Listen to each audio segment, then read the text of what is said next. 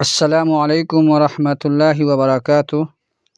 آج ہم لوگ ایک نئی ویڈیو کے ساتھ حاضر ہیں اور آج ہم لوگ چیپٹر نمبر 6 لو آ گئی برسات کو پڑھنے والے ہیں اور اس کے سوال و جواب کو حل کرنے والے ہیں۔ تو اگر آپ ہمارے چینل پر نئے ہیں تو پلیز آپ میرے چینل کو سبسکرائب کریں اور لائک کریں تاکہ ہم ویڈیو پر اور بھی محنت کر سکیں اور آپ لوگوں کو فائدہ دے سکیں۔ تو چلیے شروع کرتے ہیں۔ ایک جملے میں جواب لکھیے۔ سوال ہے، مصنف کو حکومت ہند نے کس اعزاز سے نوازا؟ مصنف کو حکومت ہند نے پدم شری سے نوازا تھا۔ سوال نمبر 2 ہے، برسات کا موسم کس شان سے آتا ہے؟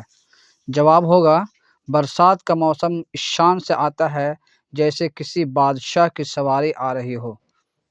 سوال نمبر 3 ہے، برسات کے موسم میں لوگوں کو پہچاننا کیوں مشکل ہو جاتا ہے؟ جواب میں لکھ سکتے ہیں، برسات کے موسم میں لوگوں کو پہچاننا اس لیے مشکل ہو جاتا ہے کیونکہ سارے لوگ ایک ہی جیسے رین کوٹ، ٹوپیوں اور چھتریوں کے نیچے چھپ جاتے ہیں۔ سوال نمبر 4 ہے، مصنف ساری رات کیوں بھیگتے رہے؟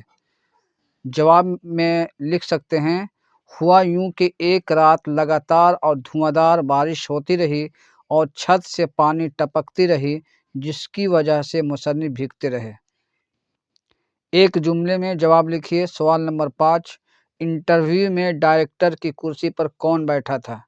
جواب ہوگا، ڈائریکٹر کی کرسی پر وہی اجنبی شخص بیٹھا تھا جو ایک دن پہلے وہ روڈ پر ان کو اپنی چھتری کے ساتھ گھر تک چھوڑ آئے تھے۔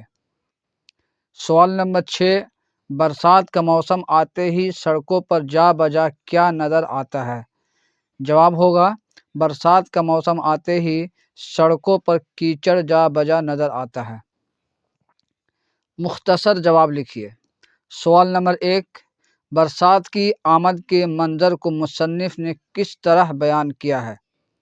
جواب ہوگا، مصنف نے برسات کی آمد کو ایک بادشاہ کی سواری سے تشبیہ دی ہے جو پہلے اعلان کرواتی ہے، توپوں کی سلامی ہوتی ہے اور پھر شان و شوکت سے جلوہ گر ہوتی ہے۔ تو یہ آپ کا یہ سوال بہت ہی امپورٹنٹ ہے اس چیپٹر کا، تو اسے آپ ضرور یاد کریں۔ سوال نمبر 2 ہوگا، برسات کو امیدوں والا موسم کیوں کہا گیا ہے؟ برسات کو امیدوں والا موسم کیوں کہا گیا ہے؟ یہ بھی سوال بہت ہی امپورٹنٹ ہے اس چیپٹر کا۔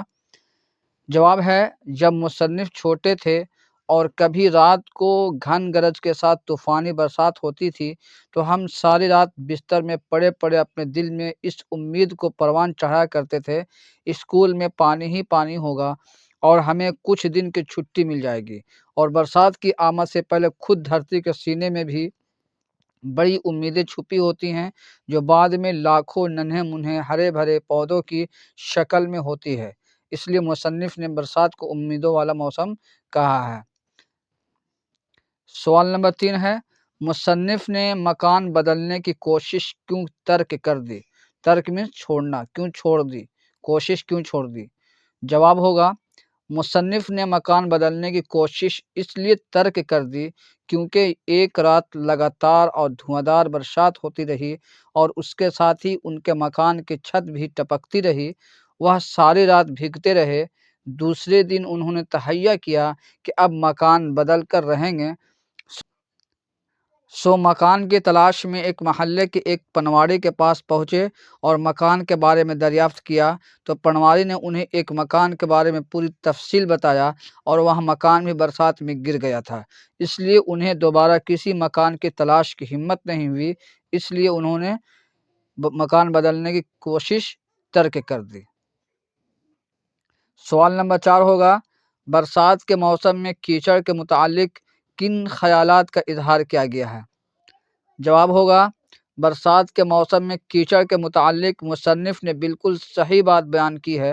اس موسم میں ہر طرف کیچڑ ہی کیچڑ ہو جاتی ہے جس کی وجہ سے چلتے وقت پھسلنے کا خطرہ رہتا ہے اور انسان کو شدید چوٹ بھی لگ سکتی ہے۔ کیچڑ اتنی زیادہ ہوتی ہے کہ کپڑے اس سے گندے ہو ہی جاتے ہیں اور اگر کوئی اس سے بچ بھی جائے تو سڑک پر چلنے والی گاڑیاں کیچڑ اچھال کر